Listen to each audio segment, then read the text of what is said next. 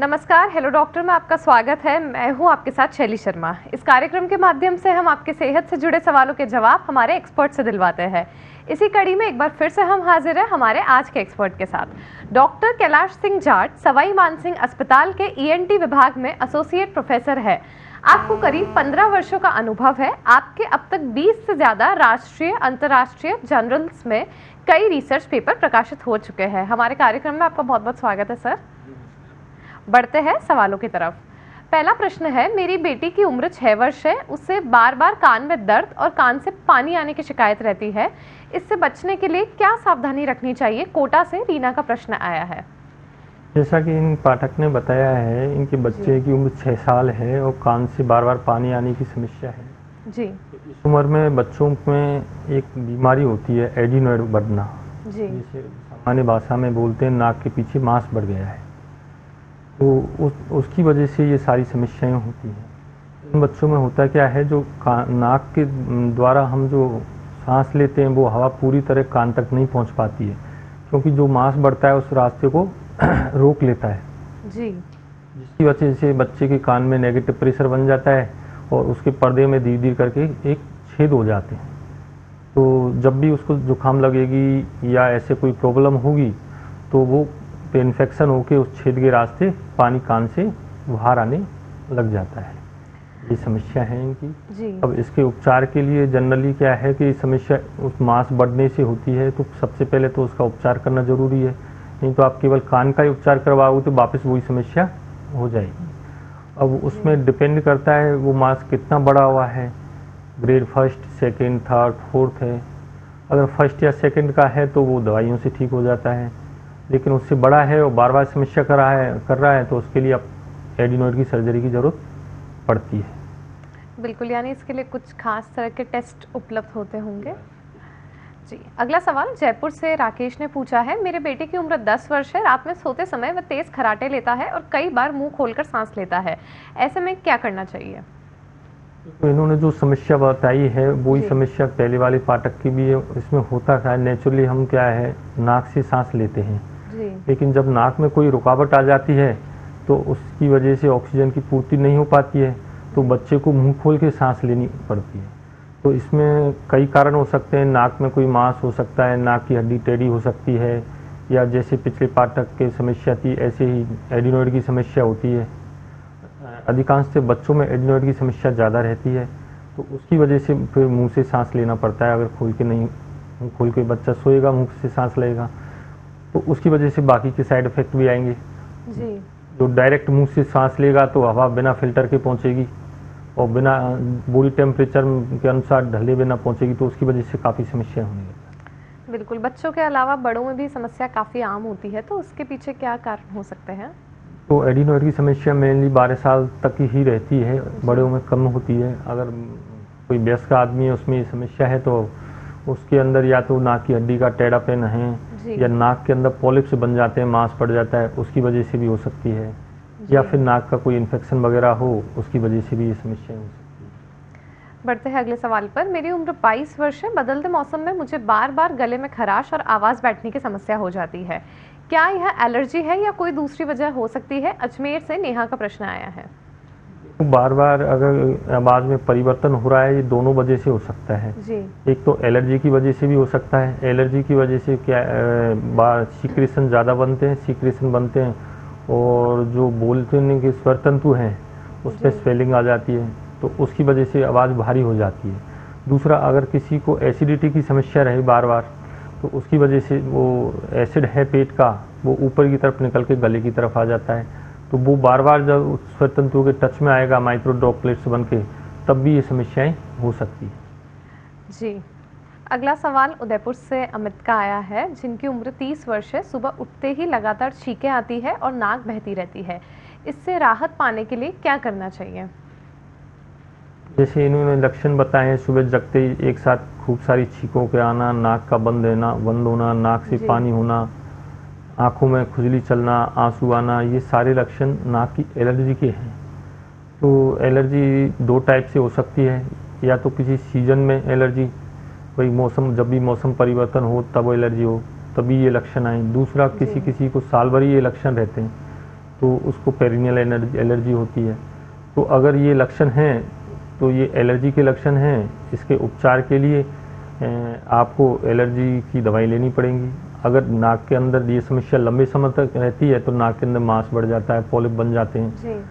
तो उनमें नाक पे बंद होने लग जाती है। अगर ऐसी समस्या है तो फिर आपको सर्जरी की ज़रूरत भी पड़ेगी। लेकिन कुछ लोग बात सोचते हैं सर्जरी करवा ली अब हमारी समस्या दूर हो गई, लेकिन जो उसकी जड़ है वो है एलर्जी। जी। तो अगर आप सर्जरी के बाद भी एलर्जी की दवाई नहीं लोगे तो वो 1-2 साल में वापस वही समस्या आपको पुनः हो जाएगी। जी। तो इसका इलाज तो यही है, या तो अपने को ऐसी चीज़ से एलर्जी जिससे हम बच सकते हैं तो उस चीज़ को अवॉइड करें, मास्क लगा के रखें थोड़ा सा, ताकि धूल मिट्टी वगैरह ये नहीं है। बिल्कुल, कई बार हम ऐसे केसेस भी देखते हैं, जैसे एक तो केसेस इन्होंने जैसा बताया कि सुबह उठते प्रॉब्लम होती है, उसके अलावा बहुत बार व्यक्ति को अचानक से ऊपर वाले जबड़े पे इचिंग होने लग जाती है, उसके साथ में नाक बहती है, कुछ बार बार खुजली आती है मीठी, तो वो किस चीज़ का होता है संकेत? क्या वो एलर्जी होती है? हाँ, ये सारे लक्षण हैं जो संकेत हैं किसी न किसी एलर्जी से संबंधित हैं। जी। अब वो एलर्जी आपको खाने की चीज़ से भी हो सकती है या हवा में जो पार्टिकल्स घूमते हैं उनसे भी हो सकती है। जी। किसी भी चीज़ से एलर्जी हो सकती है, लेकिन ये अधिकतर जो इस टाइप के लक्षण है ये जो सांस की एलर्जी है, जिसके पार्टिकल्स हवा में घूमते हैं, जैसे डस्ट है, धूल मिट्टी है या परागकण है, इनसे ज़्यादा है। अगला सवाल बीकानेर से पूजा ने पूछा है, जिनकी उम्र 38 वर्ष है, कई दिनों से नाक बंद रहती है और सूंघने की क्षमता भी पहले जैसी नहीं रही है, क्या ये साइनस की समस्या हो सकती है? हाँ, ये साइनस के लक्षण हो सकते हैं। देखो हम कोई भी आदमी है वो सूंघने की क्षमता कैसे आती है, वो जो भी गंध है उसके पार्टिकल्स हवा में जाते हैं, वही हवा जब नाक के थ्रू वहाँ तक पहुँचती है जहाँ तक अपने सेंस सूंघने की क्षमता के नर्व होती हैं, तब जाके अपने सूंघते हैं। अगर उससे पहले कोई रुकावट आ रही है, वहाँ तक वो हवा ही नहीं पहुँच पाएगी तो उसको सूंघने की क्षमता में कमी हो जाएगी, या कोई और बीमारी है जिसकी वजह से वहाँ सूजन वगैरह आ जाती है, उसकी वजह से हो जाती है। साइनस की समस्या भी अधिकतर एलर्जी की वजह से ही होती है जी। उस कंडीशन में क्या होता है, वो नाक के अंदर मांस बढ़ जाता है जी। तो उस एरिया में जब मांस बढ़ जाएगा तो वहाँ तक वो हवा पहुँच नहीं पाएगी, उसकी वजह से वो गंध के कण है वो भी नहीं पहुँच पाएंगे, तो मरीज को फिर सूंघने में भी प्रॉब्लम होने लग जाएगी। बढ़ते हैं अगले प्रश्न पर। अगला प्रश्न संजय ने पूछा है जोधपुर से, जिनकी उम्र 45 वर्ष है, पिछले कुछ समय से कान में लगातार सीटी जैसी आवाज़ सुनाई देती है, क्या ये सुनने की क्षमता कम होने का संकेत है? हाँ, ये जो सीटी जैसी आवाज़ सुनाई देती है इसको टिनाइटस बोलते हैं जी। ये जब सुनने की नस है उसके कुछ फाइबर डैमेज हो जाते हैं, उसकी वजह से ये आवाज़ें आती हैं अंदर वाले कान में। तो अब डैमेज होने के अलग अलग कारण हो सकते हैं, कोई ध्वनि प्रदूषण से भी हो सकता है, कोई वायरस का इन्फेक्शन हो जाए उससे भी हो सकता है जी। या कोई क्रोनिक डिजीज हो जैसे डायबिटीज़ वगैरह है लंबे समय से चल रही हैं, उसकी वजह से भी नस में कमजोरी आ सकती है, या कोई ऐसी मेडिसिन हैं जिनसे नस कमज़ोर होती हैं, जैसे टीबी की दवाइयाँ हैं जी। लंबे समय तक चलें तो इनमें भी ये नस कमज़ोर होने की वजह से सीटी जैसी आवाज़ें सुनाई देने लगती हैं। जी, कई बार ऐसे केसेस भी आते हैं जिसमें व्यक्ति बहुत लंबे समय तक अगर ईयरफोन्स का इस्तेमाल करता है या फ़ोन पर बात करता है, उसके बाद भी कान में एक अजीब सी आवाज़ आती है बहुत देर तक, या एक झनझनाहट रहती है, तो इसके पीछे क्या कारण हो सकते हैं?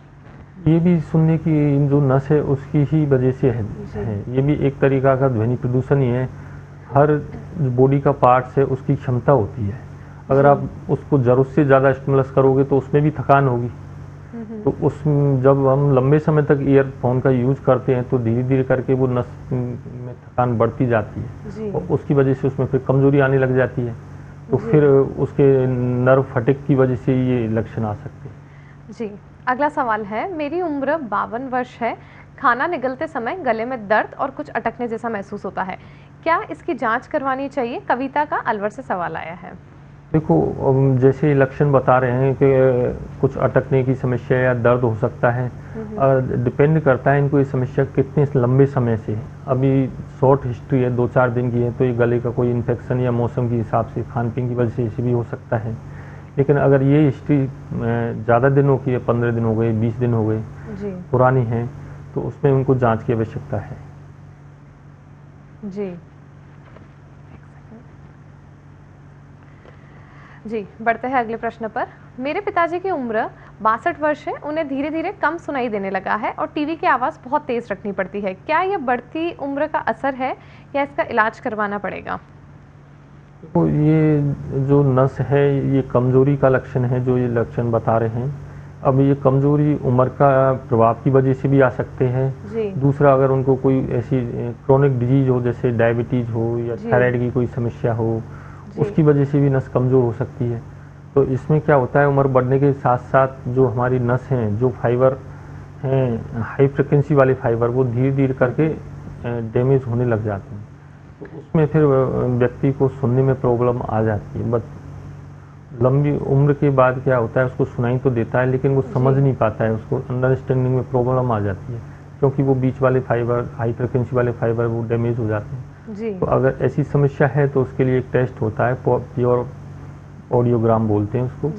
उससे अपने को ये पता लग जाता है भाई कौन कौन से फाइबर डैमेज है, कौन कौन सी फ्रिक्वेंसी अफेक्टेड है, कारण क्या है, ये भी पता लग जाता है।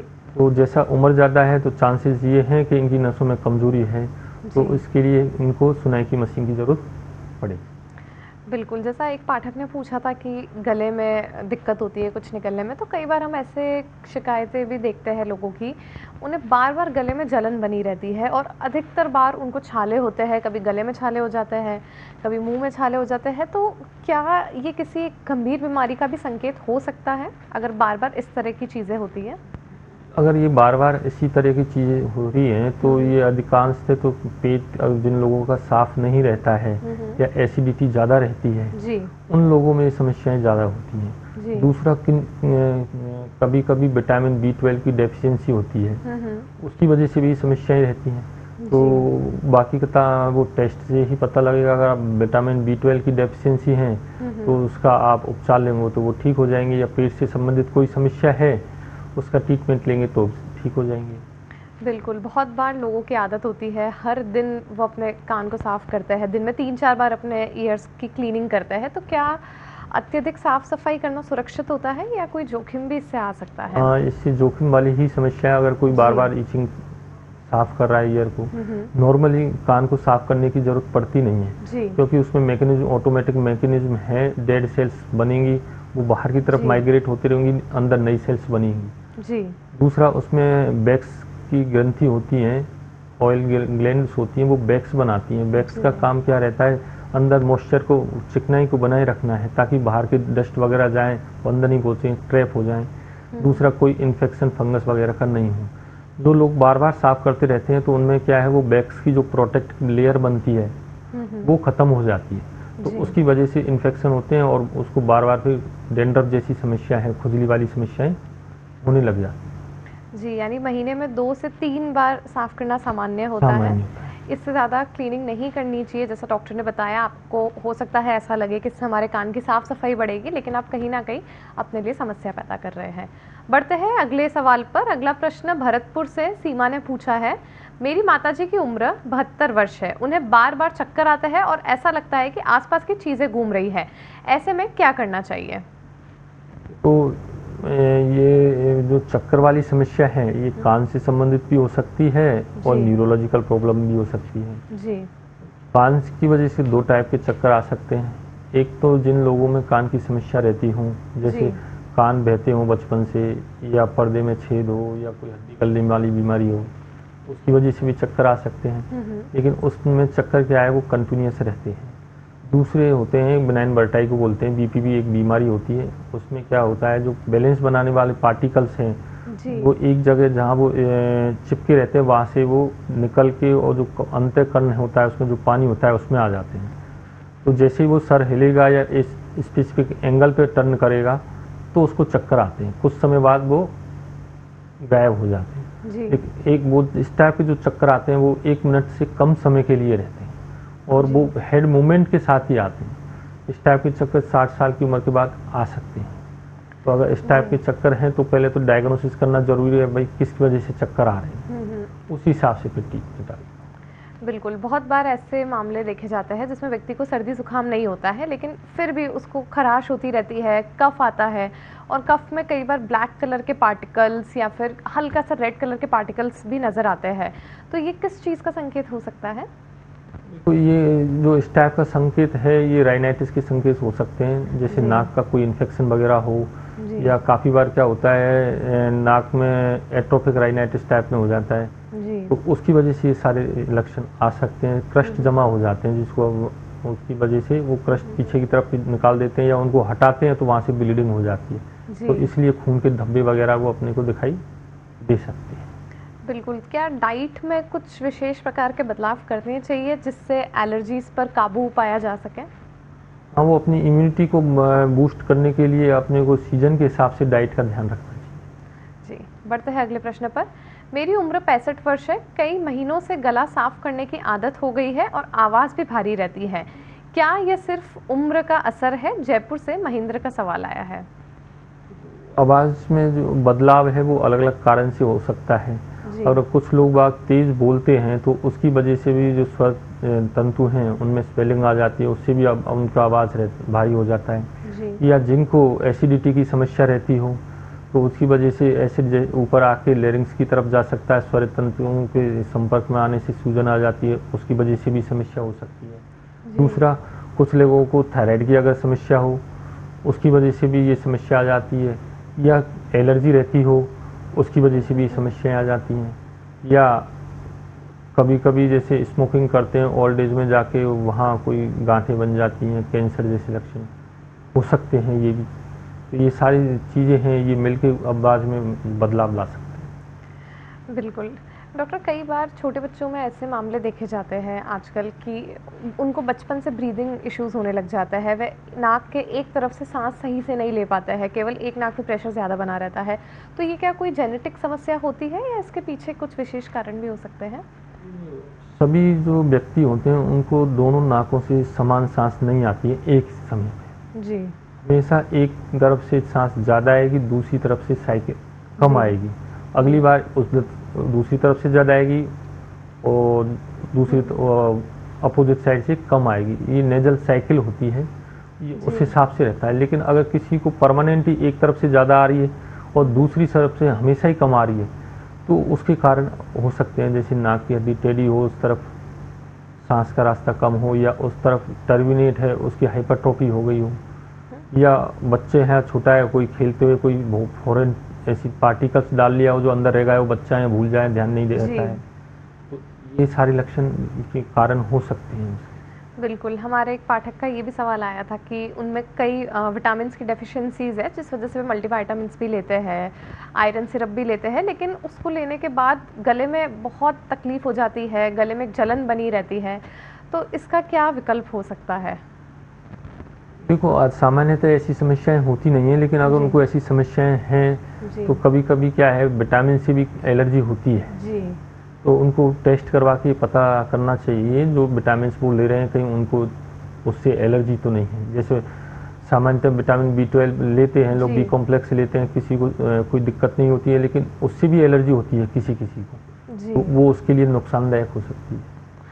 बिल्कुल। कई बार इस तरह के केसेस देखे जाते हैं, एक तो नाक से नक्सीर आता है गर्मियों में, लेकिन बहुत से लोग ये भी शिकायत करते हैं कि हमें बिना किसी समस्या के भी नाक से खून आने लग जाता है, चाहे सर्दी हो, गर्मी हो, और बहुत तेज़ नाक में दर्द भी होता है। तो क्या इसके लिए कोई ख़ास तरह का इलाज उपलब्ध है? नाक से नक्सीर आना समस्या है, इसके इलाज है वो कारण के ऊपर निर्भर करता है उसको किस वजह से आ रही है। जी। तो कारण जैसे बच्चों में जो मोस्ट कॉमन कारण होता है वो होता है फिंगरिंग। बच्चे होते हैं वो नाखून नाक में लगाते हैं तो वहाँ से थोड़ा स्क्रैच आ जाता है, वहाँ से ब्लीडिंग हो सकती है। स्क्रैच आने के बाद उस पर खुरंड जम जाता है, स्कैब जम जाता है, अगर उसको कच्चा हटाओगे वहाँ से तो फिर ब्लीडिंग करेगा ही करेगा। जी। तो बच्चों में ये समस्या है तो इसके लिए बचाव के लिए उनके नाखून काट के रखें। जी। ठीक है, अगर उनको नाक में खुजली वगैरह चलती है तो वहाँ कोई ऑयल वगैरह ऐसा कुछ अप्लाई करें ताकि ड्राइनेस नहीं आए तो उसको खुजली नहीं चाहिए। अगर यही समस्या बड़े एडल्ट में है, ओल्ड एज में जाके, तो चांसेस ये हैं उसको बीपी वगैरह की कुछ समस्या रहती है, हाइपरटेंशन वगैरह रहता हो तो उसकी वजह से ब्लीडिंग नाक से हो जाती है। या और भी कारण हो सकते हैं भाई, जैसे कोई इन्फेक्शन हो नाक का, या कोई नाक के अंदर मांस बढ़ गया हो, कोई कैंसर वगैरह हो, ये सारे कारण नाक से खून आने के हो सकते हैं। और इनमें से क्या है उसकी प्रॉब्लम, उसके आधार पर उसका ट्रीटमेंट आगे का निर्भर करेगा। जी, और जैसे डॉक्टर आप बता रहे थे कि अधिकांश लोगों में नाक की समस्या इसलिए भी होती है क्योंकि हड्डी टेढ़ी हो जाती है।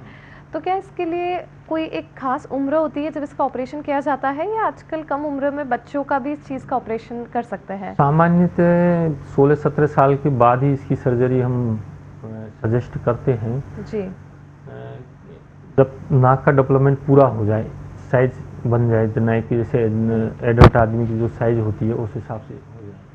लेकिन अगर सीवियर समस्या है, ज़्यादा ही टेढ़ापन है, उससे उसको समस्या ज़्यादा हो रही है, तो हम बच्चों में भी करते हैं।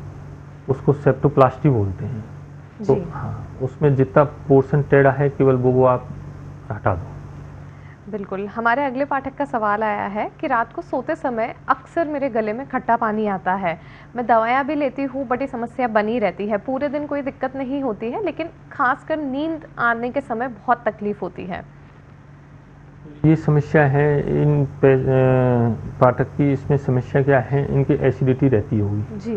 जब पेट के अंदर ज़्यादा एसिड बनेगा, रात को जब वो लेटेंगे तो जैसे ही सर नीचे की तरफ रहेगा ना, तो वो एसिड है ना, जो खाने की थैली है वहाँ से निकल के वो खाने के रास्ते होके गले में आ जाता है जी। तो उसकी वजह से उसको कड़वापन या खट्टा पानी आना, वो सारी समस्याएं उसकी वजह से है। तो अब उसके कारण हैं, या तो उसको लगातार ही एसिडिटी रहती हो तो उसके लिए एसिडिटी से संबंधित दवाई रखें, या अपनी लाइफ स्टाइल है उसको चेंज करें। अधिकांश से खान पीन, आजकल लाइफ स्टाइल भी सेडेंटरी हो गई है, लोग बाग फिजिकल वर्क कम करते हैं जी। बैठने का या ऐसा काम ज़्यादा है, तो उसकी वजह से सारी समस्याएं ज़्यादा होती हैं। बाकी चाय कॉफ़ी वगैरह हैं, इनको अवॉइड करें, और खाना खाने में और सोने में कम से कम 3 घंटे का गैप रहे। ऐसा नहीं खाना खाए और लेट गई।